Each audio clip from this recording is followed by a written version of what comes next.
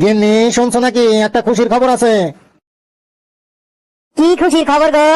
গত সপ্তাহে লটারি কেটেছিলাম, আমার লটারিতে একটা প্রেসার কুকার বেজেছে। ও তাই নাকি? বাহ, কয়টা লটারি কিনেছিলে? 2টা লটারি কিনেছিলাম 2 টাকা দিয়ে। একটাতে প্রেসার কুকার বেজেছে, আরেকটাতে কিছু বাজেনি। বলে হারি তোমার বুদ্ধি শুদ্ধি, 2 টাকা দিয়ে 2টো লটারি কিনতে গেলে কেন? 1 টাকা দিয়ে একটা লটারি কিনলেই তো হতো। ফালতু 1 টাকা জ্বলে গেল, একটাতে কিছু বাজলো না। এর যে বুদ্ধি শুদ্ধি কবে হবে কে জানে, একে এখন কে বোঝাবে বোঝাও। তোমার ভাই কবে বাড়ি যাবে? আমিও তো ওই চিন্তাই করছি, ও কবে বাড়ি যাবে। দেখি আজকে মাংস খাক, মাংস খাইয়ে কালকে ওকে বাড়ি পাঠিয়ে দেবো। ধুর, তুমি যে কি বলো, মাংসের স্বাদ পেলে ও তো আর যেতে চাইবে না। শোনো, আমি না ওকে তাড়ানোর জন্য একটা প্ল্যান করেছি। কি প্ল্যান বলো তো শুনি। আজ না আমি মাংসতে বেশি করে ঝাল দেবো, আর খাবার সময় তুমি বলবে মাংসটা খুব ঝাল হয়েছে, আর আমি বলবো না না ঠিকই তো আছে। এই বলে আমরা দুজনে ঝগড়া লাগিয়ে দেবো। তারপর ভাইকে বলবো, তুই বল ভাই মাংসটা কেমন হয়েছে। তখন যদি ও বলে হ্যাঁ খুব ঝাল হয়েছে, আর সাথে সাথে আমি বলবো, কি বললি, মাংস ঝাল হয়েছে, আমি রান্না করতে পারি না, মাংস খারাপ হয়েছে, যা তুই এখনই এই বাড়ি থেকে বেরিয়ে যা। আর যদি বলে মাংস খুব ভালো হয়েছে, তখন কি হবে?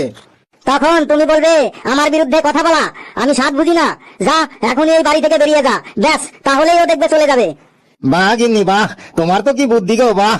মানুষ তাড়ানোর বুদ্ধিটা তুমি তো খুব ভালো করেই রপ্ত করেছো। এটা তো আমি তোমাদের বাড়ি থেকেই শিখেছি, কি করে মানুষ তাড়াতে হয়। না যাই রান্না করি গা।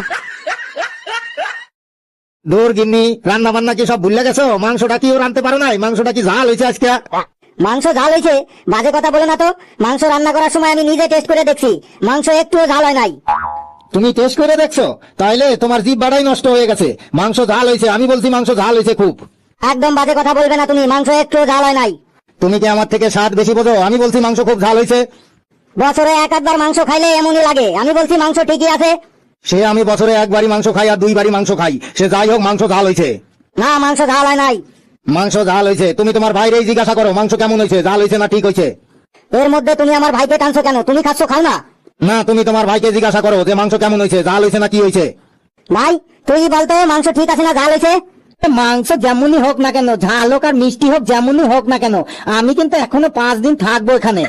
হ্যাঁ হ্যাঁ।